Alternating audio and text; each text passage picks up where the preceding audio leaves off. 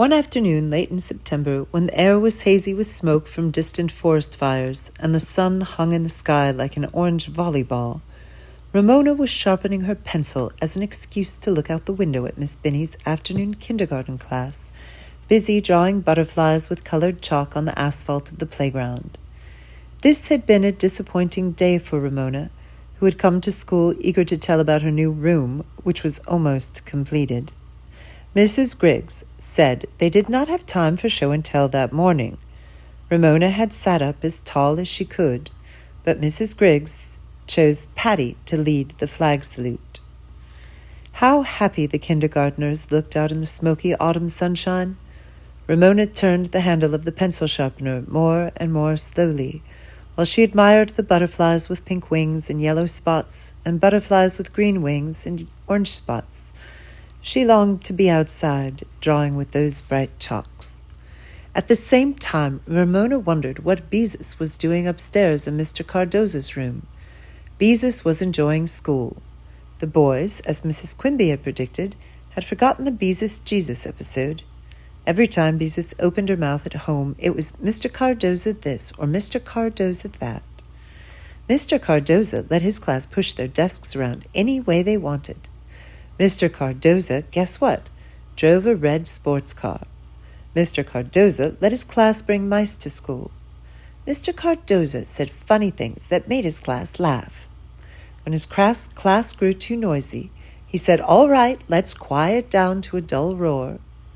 Mr. Cardoza expected his class to have good manners. Mrs. Griggs' calm voice interrupted Ramona's thoughts. "Ramona, remember your seat." Ramona, who discovered she had ground her pencil in half, remembered her seat. She sat quietly as Mrs. Griggs pushed a lock of hair behind her ear and said, as she had said every day since first grade had started, "We are not in kindergarten any longer. We are in first grade, and people in the first grade must learn to be good workers." What Mrs. Griggs did not seem to understand was that Ramona was a good worker. She had learned bunny and apple and airplane and all the other words in her new reader. When Mrs. Griggs read out toys, Ramona could circle toys in her workbook. She was not like poor little Davy, who was still stuck on saw and was. If the book said saw, Davy said was. If the book said dog, Davy read God. Ramona felt so sorry for Davy that whenever she could, she tried to help him circle the right pictures in his workbook. Mrs. Griggs did not understand that Ramona wanted to help Davy. She always told Ramona to keep her eyes on her own work. "Keep your eyes on your own work," was a favorite saying of Mrs. Griggs. Another was, "Nobody likes a tattletale." If Joey complained that Eric hit him, Mrs. Griggs answered, "Joey, nobody likes a tattletale." Now Mrs. Griggs was saying, if Susan and Howie and Davy were eating apples and gave apples to Eric J. and Patty, how many people would have apples? Ramona sat quietly while half the class waved their hands. "Ramona," said Mrs. Griggs in a voice that hinted she had caught Ramona napping. "5," answered Ramona. She was bored, not napping. She had learned to think about schoolwork and at the same time think about other things in a private corner of her mind. "Mrs. Griggs, when do we get to make paper bag owls?"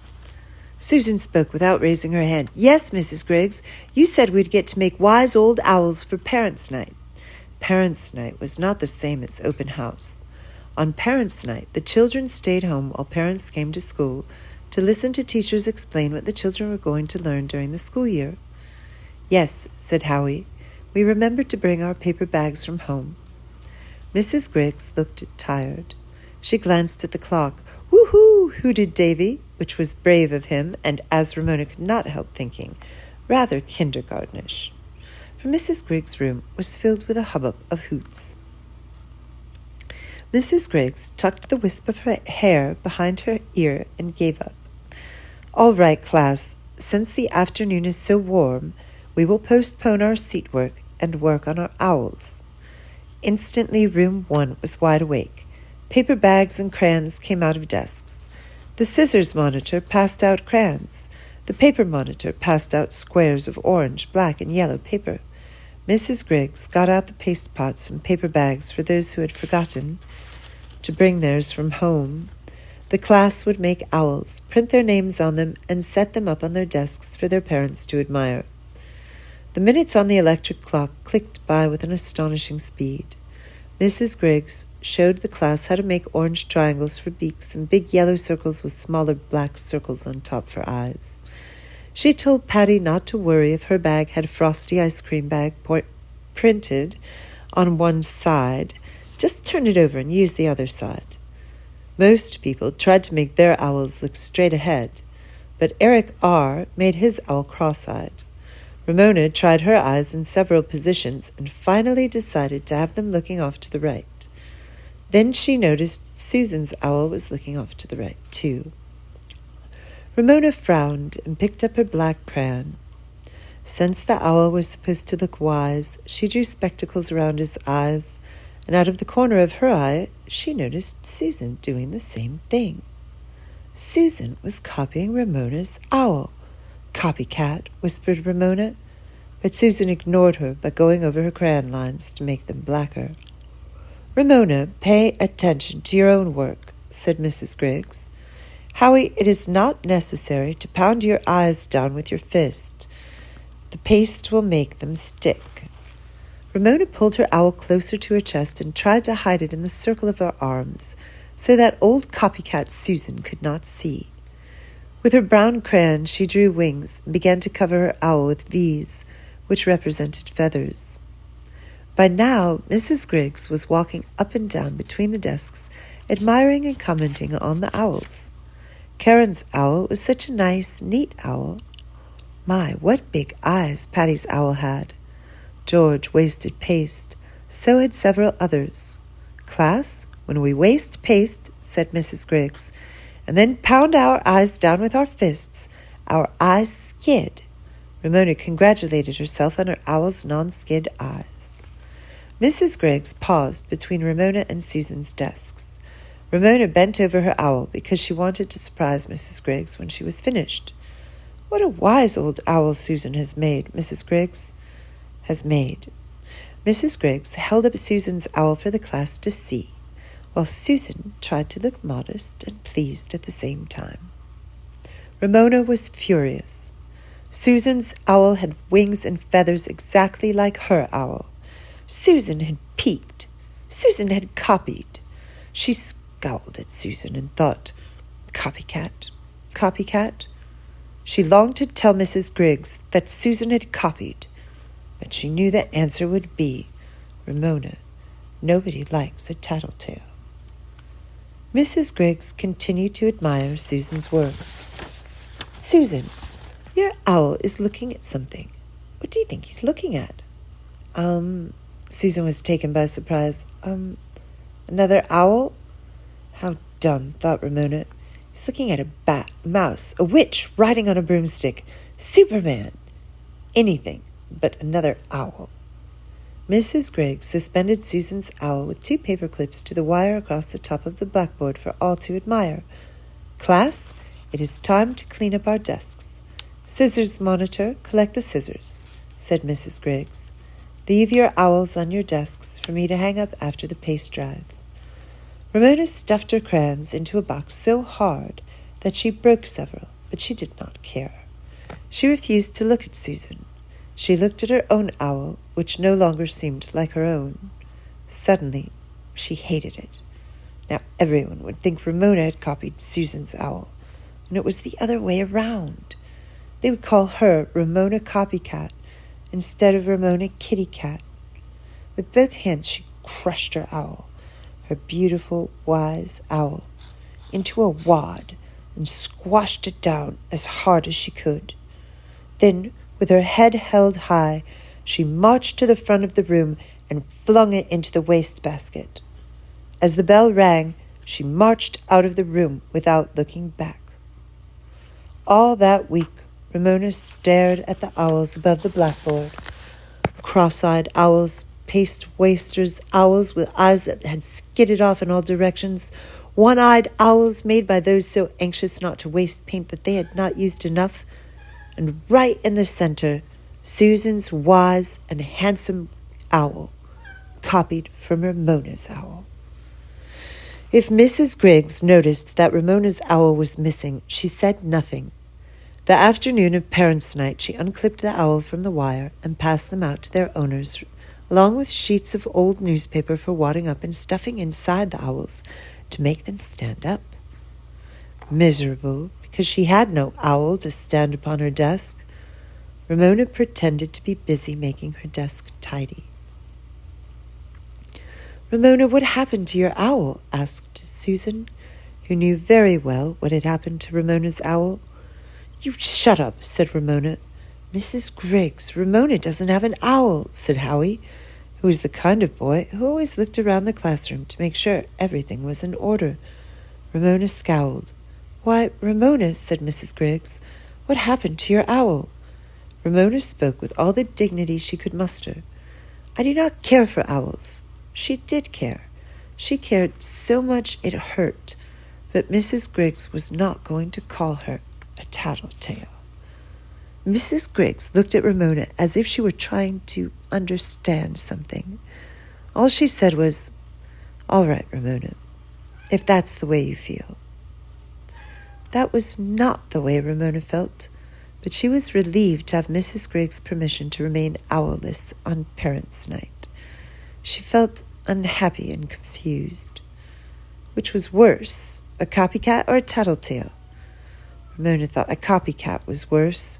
She half-heartedly joined the class in cleaning up the room for their parents, and every time she passed Susan's desk, she grew more angry.